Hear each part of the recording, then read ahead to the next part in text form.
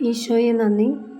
കേരളത്തിലെ ആദ്യത്തെ പഞ്ചശതധാരിയായ വിശുദ്ധ മറിയം ത്രേസ്യയുടെ ജനിച്ച വീടും വിശുദ്ധ ബലിയിൽ പങ്കെടുത്തിരുന്ന പുത്തഞ്ചിറയിലെ ദേവാലയവും ഏറെ നാൾ താമസിച്ചിരുന്ന ഏകാന്ത ഭവനവും കാണാനും പ്രാർത്ഥിക്കാനും വേണ്ടിയിട്ടാണ് റിജോയ്സിംഗ് ഗോഡിൻ്റെ ഇന്നത്തെ തീർത്ഥാടന യാത്ര. തൃശ്ശൂർ ജില്ലയിലെ ഇന്നത്തെ ഇരിങ്ങാലക്കുട രൂപതയിലെ മുകുന്ദപുരം താലൂക്ക് പുത്തഞ്ചിറ എന്ന ഗ്രാമത്തിലായിരുന്നു വിശുദ്ധ മറിയം ത്രേസ്യയുടെ ജനനം. പുത്തഞ്ചിറയിലെ പേരുകേട്ട തറവാടായിരുന്നു മങ്കിടിയാൻ. മങ്കിടിയാൻ കുടുംബത്തിലെ കുഞ്ഞിത്തൊമ്മൻ്റെ ആദ്യ വിവാഹത്തിലെ ഭാര്യ ഒരു കുഞ്ഞിൻ്റെ ജനനത്തിനു ശേഷം മരണപ്പെട്ടു. കുഞ്ഞിത്തൊമ്മൻ രണ്ടാമത് വിവാഹം കഴിച്ചത് തണ്ടമ്മയായിരുന്നു. അവരുടെ 4 മക്കളിൽ മൂന്നാമത്തെ മകളായിട്ടായിരുന്നു 1876 ഏപ്രിൽ 26 ത്രേസ്യ ജനിച്ചത്. അന്നത്തെ നാട്ടുനടപ്പനുസരിച്ച് കുഞ്ഞു ജനിച്ച് ഒരാഴ്ചയ്ക്കുള്ളിൽ മാമോദിസ നടത്തണമായിരുന്നു. മെയ് 3 പുത്തഞ്ചിറ പള്ളിയിൽ വെച്ചായിരുന്നു ത്രേസ്യയുടെ മാമോദിസ. വേദപാരംഗതയും കർമ്മലിത്ത സഭയുടെ നവീകരണത്തിന് നേതൃത്വം നൽകിയതുമായ ആവിലായിലെ വിശുദ്ധ അമ്മ ത്രേസ്യയെ അനുസ്മരിച്ചുകൊണ്ടാണ് ത്രേസ്യ എന്ന പേര് നൽകിയത്. ചെറുപ്പം മുതലേ തന്നെ ജപമാല ചൊല്ലാൻ പഠിപ്പിക്കണമെന്ന് ത്രേസ്യ അമ്മയോട് ആവശ്യപ്പെട്ടിരുന്നു.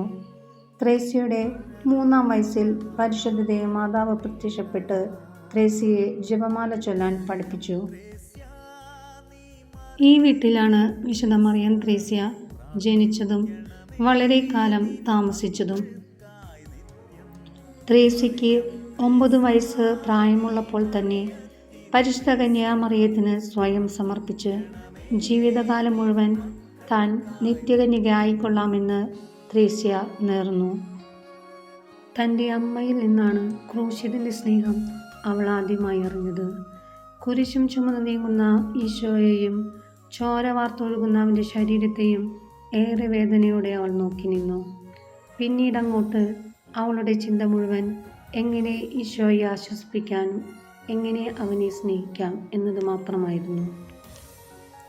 വളരെ ചെറുപ്പം മുതലേ ഈശോയുടെ പീഡാസഹന യാത്രയെ ഓർത്തുകൊണ്ട് പുറത്ത് ഭാരമുള്ള ഒരു കല്ല് കയറ്റി വെച്ച് കൈയും കാലും കുത്തി നടന്നിരുന്ന ത്രേസ്യയുടെ പുറത്തു നിന്ന് കല്ലെടുത്തു മാറ്റി ഉണ്ണീശോ കയറിയിരിക്കുന്നതും തറയിൽ ചരല് വിരിച്ച് തല കല്ലിൽ താങ്ങി പായ വിരിക്കാതെ കിടന്നുറങ്ങുന്നതും മുൾവടി കൊണ്ട് സ്വയം അടിക്കുന്നതുമെല്ലാം ക്രൂശിതനോടുള്ള ത്രേസ്യയുടെ അവർണ്ണനീയമായ സ്നേഹം എടുത്തുകാട്ടുന്നു.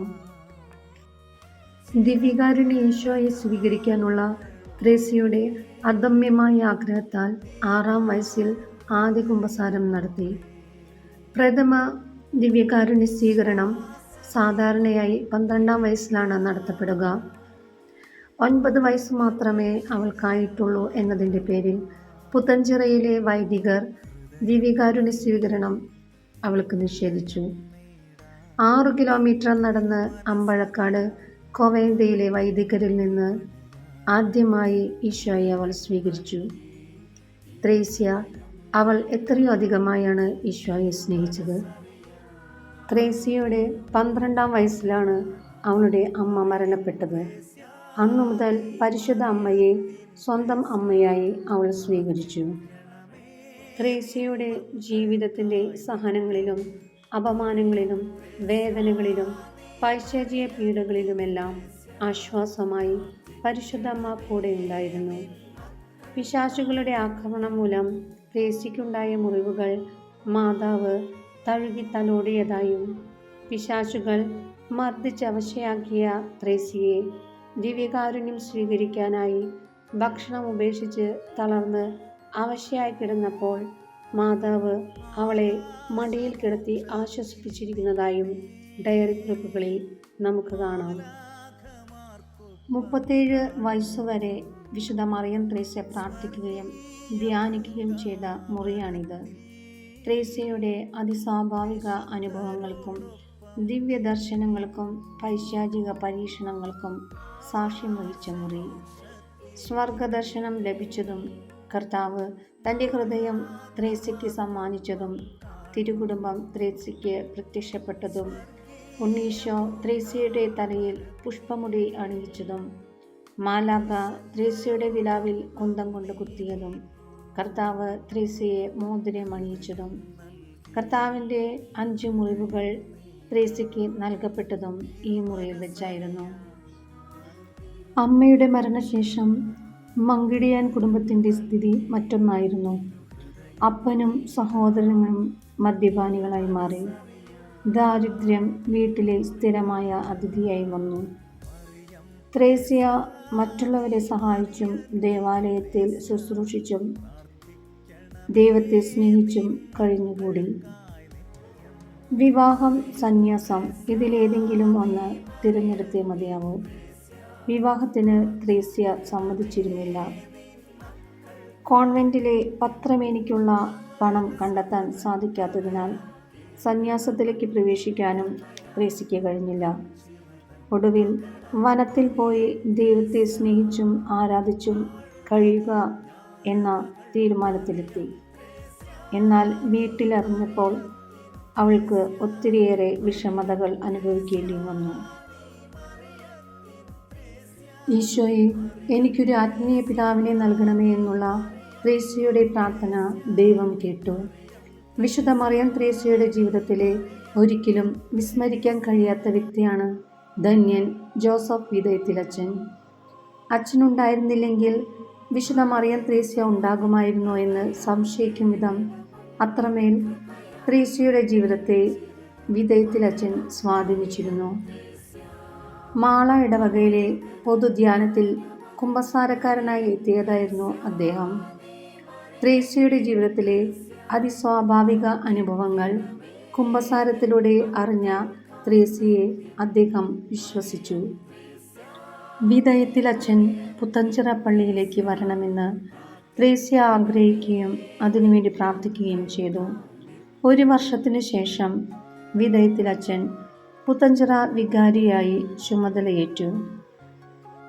വിശുദ്ധയ്ക്ക് നേരിടേണ്ടി വന്ന പൈശാചിക ആക്രമണങ്ങളിലും പരീക്ഷണങ്ങളിലുമെല്ലാം വിതയത്തിലച്ചൻ്റെ ആത്മീയ ദർശനങ്ങളും ഉപദേശങ്ങളുമാണ് വിശുദ്ധ മറിയം ത്രേസ്യയെ രക്ഷപ്പെടുത്തിക്കൊണ്ടിരുന്നത്.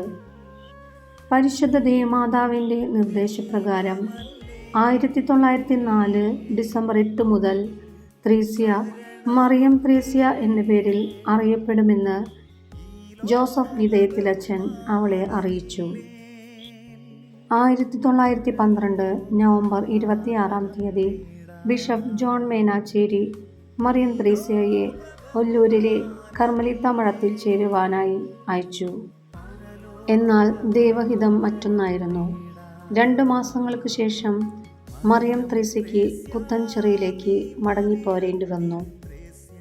ബിഷപ്പിൻ്റെ അനുവാദത്തോടെ വിതയത്തിലച്ചൻ പ്രാർത്ഥനയ്ക്കായി മറിയം ത്രേസ്യയ്ക്ക് ഒരു ഏകാന്ത ഭവനം പണി കഴിപ്പിച്ചു. ഈ മുറിയാണ് വിശുദ്ധ മറിയം ത്രേസ്യ പ്രാർത്ഥനയ്ക്കായി ഉപയോഗിച്ചിരുന്നത്. വിശുദ്ധ മറിയം ത്രേസ്യയോടൊപ്പം മറ്റ് 3 കൂട്ടുകാരികളും പ്രാർത്ഥനയ്ക്കായി ഒത്തുചേർന്നിരുന്നു. ഈ ക്രൂശിത രൂപത്തിനോട് ചേർന്ന് തൊട്ടുനോക്കിയാൽ നമുക്ക് മനസ്സിലാകും, വിശുദ്ധ മറിയം ത്രേസ്യയുടെ കാലുകൾ നിലത്തു തൊടാതെ ചുമരിൽ ചേർത്ത് വെച്ച് കൈകൾ കുരിശാകൃതിയിൽ പിടിച്ച് സാത്താൻ പരീക്ഷിച്ചതിൻ്റെ അടയാളമായിട്ടാണ് ഇന്നും അത് അവശേഷിക്കുന്നത്. 1914 മെയ് 14 ബിഷപ്പ് ജോൺ മേനാച്ചേരിയുടെ ആഗ്രഹപ്രകാരം, അതിലുപരി ദൈവത്തിൻ്റെ ആഗ്രഹവും പദ്ധതിയും പ്രകാരം ഹോളി ഫാമിലി സന്യാസിനി സഭാ സമൂഹത്തിന് ഇവിടെ തുടക്കം കുറിച്ചു. കുടുംബങ്ങളുടെ മധ്യസ്ഥയായ വിശുദ്ധ മറിയം ത്രേസ്യയെ കുടുംബങ്ങൾക്ക് വേണ്ടി പ്രാർത്ഥിക്കണമേ. ആമേൻ.